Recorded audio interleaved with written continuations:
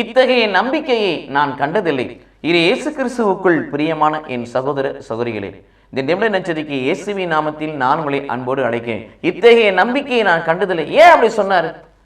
அந்த நூற்றுவ தலைவனை பார்த்து ஆண்டவர் சொன்ன வார்த்தை. ஏன்னா முதல்ல அவன் என்ன சொல்றான்? தன் பாவி என்பதை ஏற்றுக்கொள்கிறான். முதல்ல குணப்படுத்த முடியும். ஆண்டவரே, மகன் சாக கிடக்கிறான், வந்து குணப்படுத்துன்னு சொல்றான். அது ஒன்று. இரண்டாவது, ஆண்டவரே நீர் இல்லத்தில் வர நான் தகுதியற்றவன் சொல்றான். தன் பாவி என்பதை ஏற்றுக்கொள்கிறான். 2. மூன்றாவது, அவனுக்கு ஒரு விசுவாசம் இருந்தது. எரேமியா 23:23 வாசிப்பது போல இவர் தூரத்துக்கும் சமீபத்துக்கும் கடவுள் என்பதை உணர்ந்தான். 3. நான்காவது, 107:20 திருப்பாடலில் வாசிப்பது போல வார்த்தை அனுப்பி கடவுள் அவரை குணப்படுத்தினார். இந்த கடவுள் இவர்தான் கடவுள், இவர் வார்த்தை அனுப்பி குணப்படுத்த முடியும், அங்க வரணும் அவசியம் என்பதையும் அவன் அறிந்தான். அது மட்டுமல்ல, அவனுடைய வார்த்தைக்கு வல்லமை உண்டு என்பதை அவன் உணர்த்தினான் மற்றவர்களுக்கு.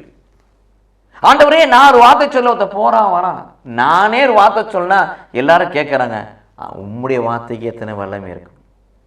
கடவுளால் படைக்கப்பட்ட சாதாரண மனிதன் என்னுடைய சொல்லுக்கு இந்த மனுக்குளம் ஓடுகிறது, ஒடியாறுகிறது.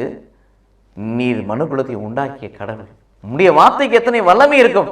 ஒரு வார்த்தை சொல்லு, என் ஊழியன் குணமடைவான், என் மகன் பிழைப்பான் சொன்னான். இதையெல்லாம் பார்த்து தான் ஆண்டவர் சொல்றார், இத்தகைய நம்பிக்கையை நான் கண்டதில்லை.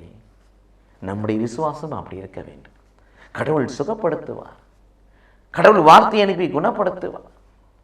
கடவுளுக்கு முன்பதாக ஒன்றை கேட்கின்ற பொழுது ஆண்டவரின் இடத்தில் குற்றங்கள் குறைகள் தான் மன்னியும் என்று சொல்ல வேண்டும். அவருடைய வார்த்தையில வல்லமை உண்டு, வார்த்தை அனுப்பி அவரால் குணப்படுத்த முடியும் என்று நாம் விசுவசிக்க வேண்டும். ஜெபிக்கின்ற பொழுது அந்த வார்த்தையை வைத்து அவர் ஒரே ஒரு வார்த்தையால் நோய்களை நீக்கினார், பேய்களை ஓட்டினார் என்று சொல்லி நாம் ஜெபிக்கின்ற பொழுது அங்கே அதிசயம் அற்புதம் நடக்கும். எல்லாவற்றுக்கும் அடிப்படை கடவுள் மீது, கடவுளுடைய வார்த்தை மீது நாம் கொள்கிற நம்பிக்கையும் விசுவாசமே.